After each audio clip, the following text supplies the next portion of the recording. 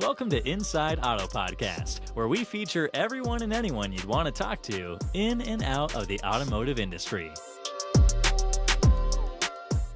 Ilana Shabtai here, host of Inside Auto Podcast, where we interview top dealers, GMs, marketers, entrepreneurs, and thought leaders in and out of the automotive industry. And before we introduce today's guest, this episode is sponsored by FullPath.com. FullPath is the automotive industry's leading customer data and experience platform, CDXP. FullPath enables dealers to turn their first-party data into lifelong customers by unifying siloed data sources, and leveraging that data to create exceptional, hyper-personalized customer experiences. To learn more, visit FullPath.com. Today's guest is Tom Kline, lead consultant and founder at Better Vantage Point. Tom, how you doing? I'm great. It's always good to see you.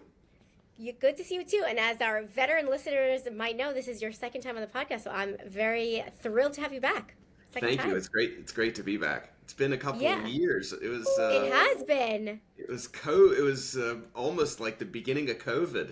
Wow, that's insane. That means you were one of maybe my first top 10 guests. So very honored to have you back on the podcast. Thank you. For those of you who didn't hear the first time around, first of all, go back and listen to that episode. But second of all, Tom has 30 years experience as a dealership owner and has worked with both public and private dealers to solve problems, keep customers happy, and stay out of court.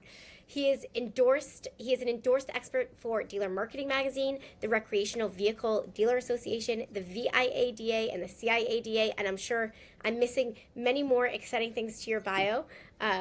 Glad to have you back. Thank you. Thank you very much. Okay, so we know what you've been up to. We know what you've been doing. I'd love to hear on this podcast more of the trends from 2022 and 2023, an updated version of all the mistakes that dealers are making and how they can avoid it. But before we get into that, I know you just got back from ASOTUCON. I'd love to hear about what the conference was like for you. Yeah, it was very high energy, which was great.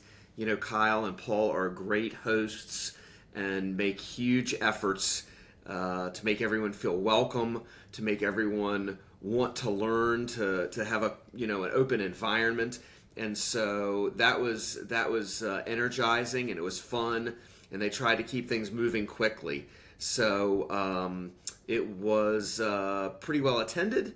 It was big. The place where they had it was a casino called Live, which was another high energy, casino pumping oxygen into the casino kind of thing. I love that. So it was fun. It was great to connect with some of my industry friends and colleagues, and always see how they were doing, and just keep up to date on what's going on. Was there a theme or an unofficial theme? Like, do you feel like everyone was talking about one specific thing? I think that data. Kind of, along the lines of the importance of what FullPath does. I mean, data is increasingly an asset that dealers, I think, are not necessarily tuning into. And so there were a lot of people talking about what to do with data and how it happens and where it goes and where it shouldn't. And then based on the new regulations, so the Graham-Leach-Bliley updated regulations went into effect on June the 9th of this year. And so there was lots of conversation around how the data is flowing between the CRM and the website, and what dealers are doing with it, and dealers taking control of their data. That was a lot of conversation that I heard. Interesting. Okay, thank you for sharing with us. I was very sad that I missed it this year. I had a lot of FOMO. So hopefully next year I can make it. But they always do a great job, and there's always a lot of energy. I feel like people come out of those conferences extremely re-energized and excited about working for the automotive industry and working in the automotive industry. And I mean, I just can't give them enough credit for bringing that energy to all of us. And I think it's probably noteworthy to mention that the guest, their main speaker, whose name escapes me at the moment, was the owner of the Savannah Bananas.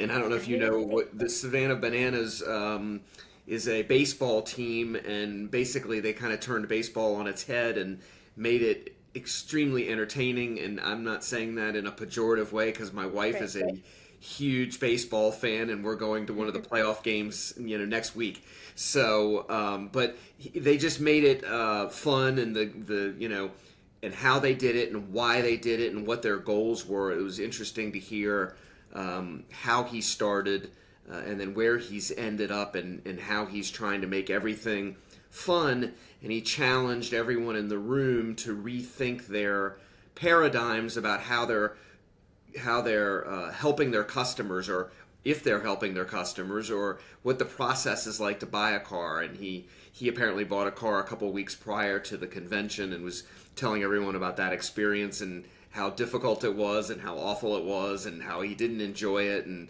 so he really challenged everybody, for the dealers in the room, and I guess vendors likewise, to change their thinking and see what they can do to try to reinvent the car buying process to make it more enjoyable, or a little more enjoyable, or very enjoyable, or whatever word you want to use, around that. Yeah, that's great. I love that. And there's a nice parallel between, for me at least, not for your wife, but there's a nice parallel between watching a baseball game and having to go buy a car. So I love that.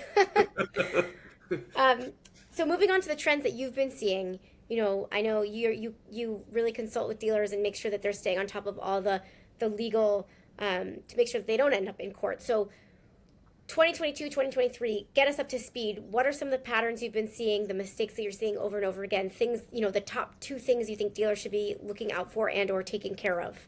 Sure. So I'm gonna kind of divide it into 2 silos. I'm gonna talk about risk, and I'll talk about compliance. Okay. First, I think it's noteworthy that the enforcement against dealers has increased tremendously. So there are a lot more cases where the attorneys general at the state level are starting to fine dealers for their practices. There was a case in Alaska where a dealer was fined for deceptive practices. There was a case in New Hampshire where dealers were fined for deceptive practices. I believe there was a case in Vermont where dealers were fined for deceptive practices. And those deceptive practices were areas where the dealers were taking advantage of consumers, either by not disclosing what was going on, or having erroneous website information on their website that led customers into the store, but once they got to the store, they couldn't actually buy the car for the advertised price. So there's a lot of bait and switch allegations. And again, Alana, because these aren't all my clients, I can only say that these are the allegations, and this is what I read in the press. And then we'll talk about what I do with my dealers and what I'm seeing in that realm. But if you're not taking care of your customers and you're trying to be deceptive, and sometimes it happens intentionally and sometimes it happens unintentionally. And I think the most important thing is for dealers to listen to the feedback that they're getting, either through their managers or through the web, through the internet, through reviews. When somebody says, I got screwed and here's how I got screwed, that's a great way to pay attention to what's actually going on in your organization, for the dealer to dig in and find out what happened in those situations, to find out if it was unintentional or maybe it is intentional. You don't know. But for certain, the Federal Trade Commission has increased its enforcement of a whole variety of businesses, the automotive business included. But a recent example is a practice called astroturfing.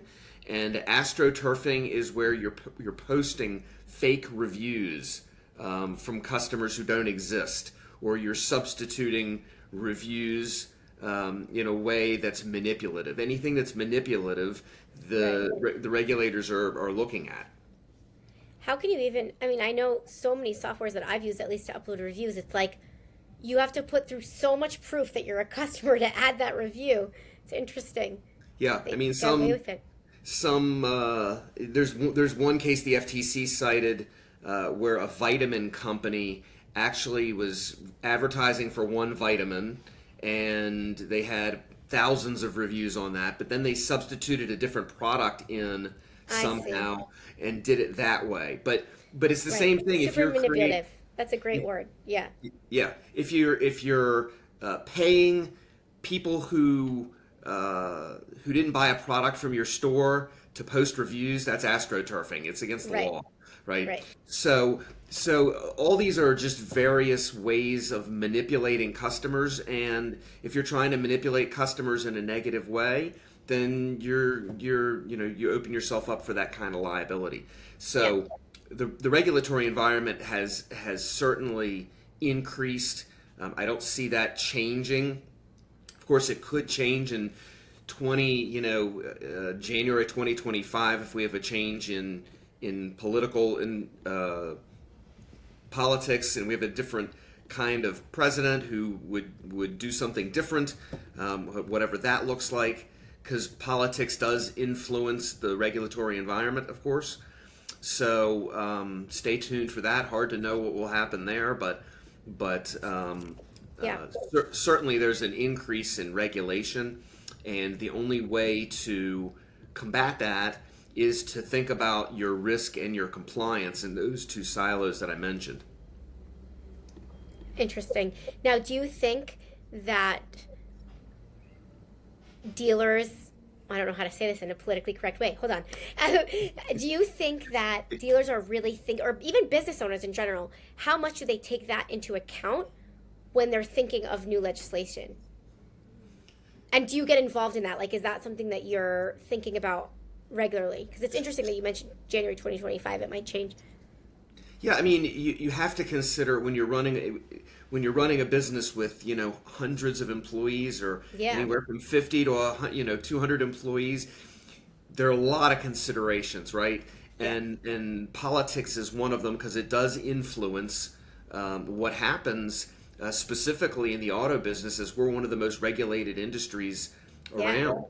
So how the Federal Trade Commission is going to enforce those regulations. In fact, I read this morning in the Wall Street Journal, the Supreme Court is taking up the case of the Consumer Financial Protection Bureau and whether their funding mechanism is actually against the Constitution. And so there's a potentiality that the CFPB won't get their funding anymore. Now, I haven't read the cases and don't know it intimately, but it's interesting that they're, the right wing in this country is challenging that in order to try to reduce the regulation on businesses. So, and just enlighten me for a second. That means that they will get fewer funds. Fewer funds, correct. Interesting. Potentially fewer funds, potentially no funds, as I understand it. Again, I haven't read the case. I just read the article this morning, and I try to keep up on those kinds of things because it does impact. Now, what can a dealer do about that? A couple of things. Number one, going back to our two silos here, on the risk side. So on the risk side, a dealer should walk around their dealership and say to themselves, what could happen and how would I deal with it?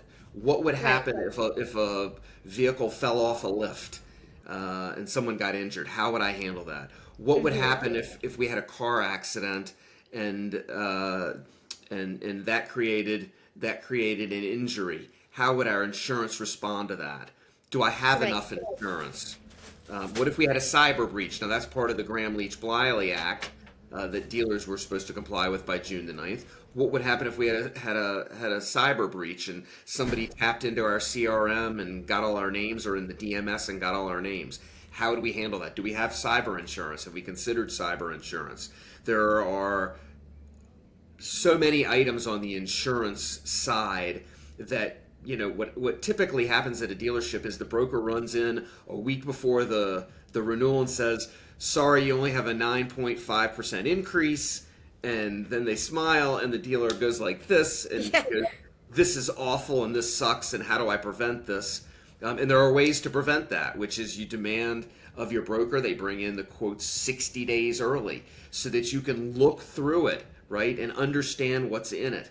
The human brain can't possibly conceive of all of the line items in an insurance policy, and so you need someone to help you make sure that all your boxes are checked, so to speak, and that you have the right coverages, so that if something happens, that you have the right insurance. A good quick example of that is a lot of dealers haven't looked at.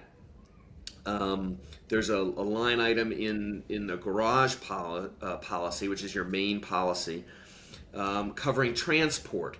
So if your transporter doesn't have the right insurance, to make sure that you do. So these car haulers haul 8 or 9 cars, and because the cost of vehicles have gone up so much, 8 or 9 cars now, the average vehicle is 48,000 and change, so call it 50,000. That's $450,000 of cars average on a car hauler. Most insurance policies I see with dealerships only have $250,000 of coverage, right? So if the car hauler's insurance was expired, then the dealer's on the hook for the difference between the $450 and the $250. So it's a $200,000 problem. Yeah. And these things happen all the time. Yeah, it's okay. Here we go. This is my next question for you, which is that you have so much information when it comes to this, which is incredible, seriously impressive. My head is spinning, and I don't even own a dealership. What would you, if a dealer's listening to this, what are like 1 or 2 things? I know that there's probably a million, but what's 1 or 2 things that you think that they should start with, or they should be looking at when they're trying to make sure that they have all the ducks in the row, trying to make sure that they have all the right insurances with the right amount. There's so many new regulations that are coming out. I mean, you've mentioned 3 in the past 5 minutes. How are they supposed to keep up? Obviously there's Better Vantage Point, but beyond that, like what are the actionable things that they can start doing at the dealership that you think can help them just stay in line with the law? Because it just seems incredibly complicated. It is complicated, but I'm going to tell you a story, and then I'm going to answer your question directly, because I think this story is super helpful. So I read about a dealer in Automotive News that had a $250,000 problem. So I called the dealer on the phone and I said, if I understand the problem, this is what it is. She said, yes, that's what it is. I said, well, have you looked in your insurance policy under this section to see if you have coverage? She said, yes. In fact, I called my insurance agent and they said I had no coverage. And I said, I completely disagree. I'm sure you do. This was a 5-minute conversation. I'm sure you have coverage under this area. It's very rare not to. Make a claim against your insurance, policy, and call me back and let me know. So 3 or 4 months later, we had a conversation.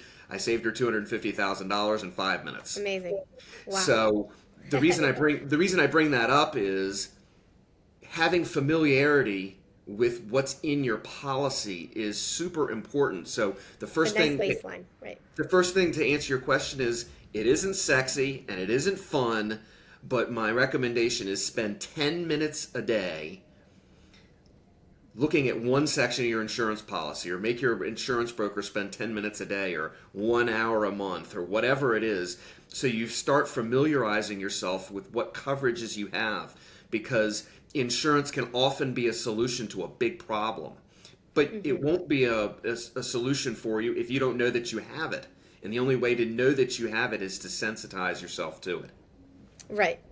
So that's a very good, actionable, practical. I mean, I should even do that with my car insurance. I mean, it's a great way to be familiar with what you're actually paying for and how you're actually covered, so that you don't get screwed. Can you imagine if you're like, oh, I don't have that coverage, I might as well pay $250,000. I mean, that's incredible that you save that dealer so much money. Yeah, and I see that all the time. Yeah. I see that all the time, because often insurance is the solution to a problem that you have that you don't know how to get your way out of. Yeah, definitely. And before we sign off here, I'd love to know any predictions that you have for the next 12 to 18 months, whether it's within your expertise or outside your expertise for the automotive industry. I'd love to just pick your brain on that before we sign off here. Yeah. So a couple things. Number one, as I mentioned, people were talking about data at ASOTU. I think data and customer data platforms, how they perform, how your data flows, what you're spending money on. I think all of those things are going to be very, very prevalent in the next 24 months and after. But I think there will be a shift where dealers are able to take more control of their data and be able to use it more judiciously. Where now, the typical dealer, has between, I'm going to say, 30 and 40 different vendors when it comes to their tech stack, which is unbelievable. It's mind-boggling. And how all that data flows or doesn't flow, I think is going to be very important. And kind of a corollary to that is making sure if you don't have cyber insurance, I would absolutely, for an actionable number 2 for today, I'd make sure that dealers, if you don't have cyber insurance, look at that, because with all of the data going all over the place, and if you don't know where it's going or how it's going, your vulnerability is tremendous. Hackers are no longer living in their mother's basement, right? They're coming out of, Iran, Iraq, Russia, China, North Korea. These are very sophisticated attacks, and they happen all the time. Dealers get into class actions on these data breaches and cost them millions of dollars. So taking control of your data and making sure you have back-end coverage for that, I think is really where dealers need to make sure they're focusing.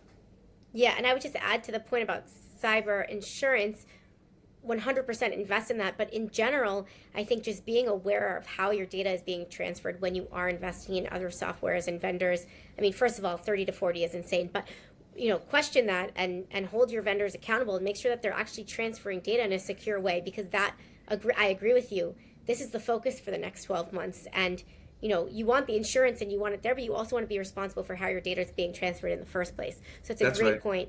I'm happy you brought it up, because we haven't really talked about it so much on this podcast, and it's something that we are going to be focusing on. So Tom, thank you so much. Wealth of knowledge. I can't even imagine what kind of conversations you're having with dealers. But dealers, if you want to find Tom, where could they find you? On the web under bettervantagepoint.com, or you can reach out for my cell. I answer my cell phone, 757-434-7656. I still answer my cell phone. People still answer their phone. And very responsive on LinkedIn. So, right. Very responsive on LinkedIn, Facebook. I'm easy to find. Amazing. Well, thank you so much, Tom, for joining us again. If you like this episode, tune in Inside Auto Podcast. Thanks for listening to Inside Auto Podcast. Check out our other episodes with top entrepreneurs and industry leaders.